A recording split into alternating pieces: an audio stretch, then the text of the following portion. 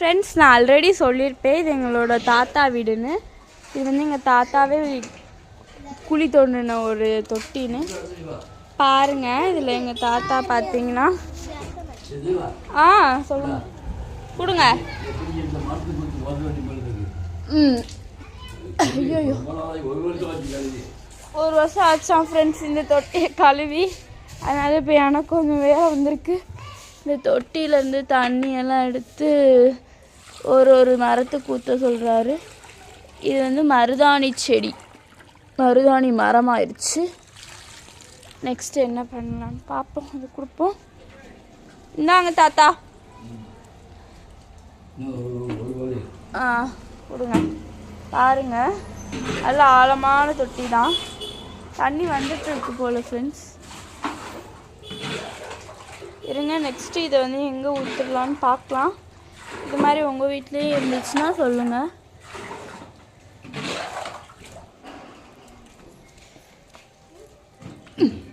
Next அப்படி எடுத்தாச்சு. ஐயோ, இது என்னால் தூக்க முடியல ஃப்ரெண்ட்ஸ். இப்போ பார்த்தீங்கன்னா முருங்கை மரத்துக்கு ஊற்றலாம். ஜோன் சுசாந்த், எனக்கு கொஞ்சம் கூட நீ என்னடா இது அரிப்புழுலாம் இருக்குது ஃப்ரெண்ட்ஸ். அதனால இதுக்கு நான் ஊற்ற போகிறதில்ல, எனக்கு பயமாக இருக்குது. நான் இதுக்கு ஊற்ற போகிறேன்.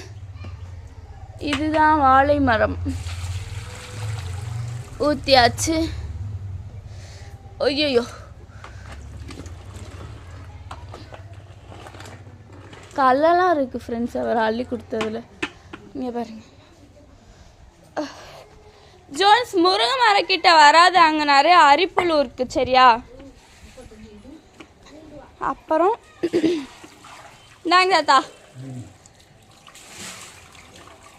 பாருங்க தண்ணி வருது.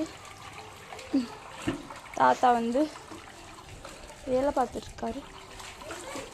Okay friends, bye bye. பிடிச்சிருந்தா லைக் பண்ணுங்கள்.